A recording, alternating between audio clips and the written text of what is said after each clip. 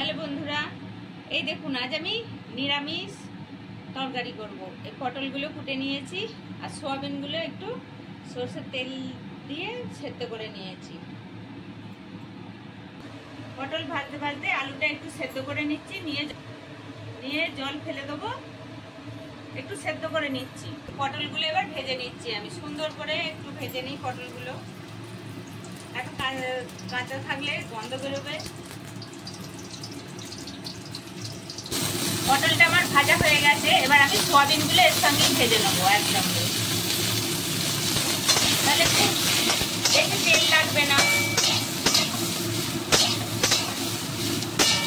খুব কম তেল দিয়ে রান্না করব। এই দেখুন আলুগুলো আমি দিয়ে দিয়েছি, এর সঙ্গে একসঙ্গে ভাজা হয়ে যাবে।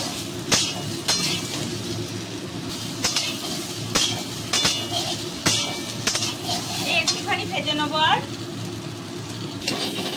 এই দেখুন এবারে আনাজগুলোকে আমি ঢেলে রেখে দিচ্ছি। এবার কড়াটায় আমি একটুখানি তেল দিয়ে নিচ্ছি, একটা শুকনো লঙ্কা, একটা ছোট তেজপাতা আর একটুখানি জিরে ফোড়ন দিচ্ছি।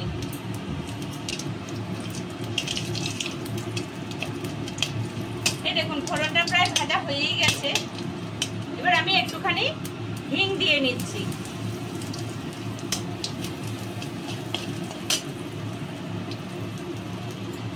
এই দেখুন একটা টমেটো বেটে রেখেছিলাম, এটা দিয়ে নিচ্ছি। চিপেটা ধুয়ে একটু জল দিয়ে নিচ্ছি। 1 চামচ জিরে গুঁড়ো, 1/2 চামচ ধনে গুঁড়ো দিয়ে নিলাম, আর এতে পরিমাণ মতো হলুদ দিয়ে নিলাম। এই দেখুন 1 চামচ আদা বাটা দিয়ে নিলাম, আর সামান্য গরম মশলাও এর সঙ্গে কষে নেবো, দিয়ে নিচ্ছি।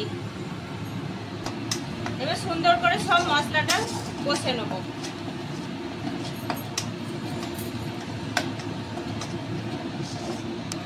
এই দেখুন পরিমাণ মতো নুনও দিয়ে নিলাম। এবার আমি মশলাটাকে সুন্দর করে কষে নেবো।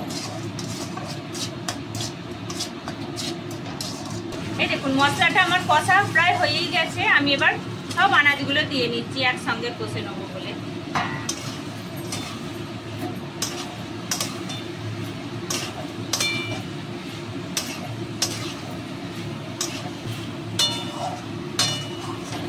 এই দেখুন সব কষা হয়ে গেছে, এবার আমি জল ঢেলে দেবো।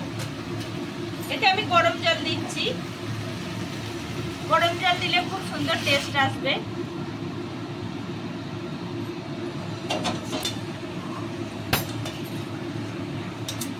এই দেখুন এই জলটা এবার আমি দিয়ে নিলাম, আর জল দেবো না।